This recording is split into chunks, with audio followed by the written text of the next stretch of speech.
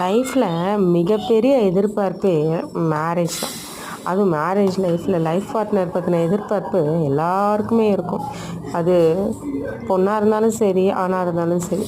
அதுவும் பெண்களுக்கு ரொம்ப எதிர்பார்ப்பு இருக்கும். என்னென்னா, நம்ம லைஃப் பார்ட்னர் நம்மளுக்கு இதெல்லாம் செய்வாங்களா, இப்படிலாம் சர்ப்ரைஸ் கொடுப்பாங்களா, இந்த கிஃப்ட்லாம் வாங்கி தருவாங்களா, விஷ் பண்ணுவாங்களா அப்படின்னு நினைப்போம். பட் அதெல்லாம் எதுவுமே நடக்காது. எல்லாமே ஆப்போசிட்டாக தான் இருக்கும். ஏன்னா லைஃப் பார்ட்னரே ஆப்போசிட்டாக தான் அமைவாங்க.